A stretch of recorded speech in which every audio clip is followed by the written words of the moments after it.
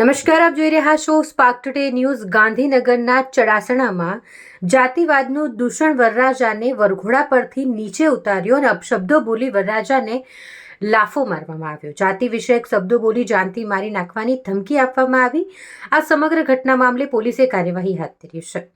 જાતિવાદી ઝેર ધરાવતા શખ્સોનો આતંક વકર્યો છે. બેફામ રીતે જાતિવાદનું ઝેર ફેલાવી રહ્યા છે.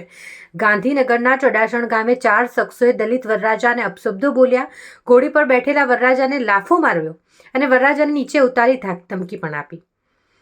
રાજ્યમાં ફરી એકવાર જાતિવાદનો ઝેર ઉગલવાનો પ્રયાસ કરવાનો કિસ્સો ધ્યાને આવ્યો છે, જે ગાંધીનગરમાં થયો છે, જ્યાં અસામાજિક તત્વોનો આતંક સામે આવ્યો છે. જ્યાં 4 જેટલા શખ્સોએ દલિત વરરાજાને ધમકી આપી અને તેને લાફો પણ ઝીકી દીધો હતો, જે મામલે પોલીસે કાર્યવાહી પણ શરૂ કરી છે.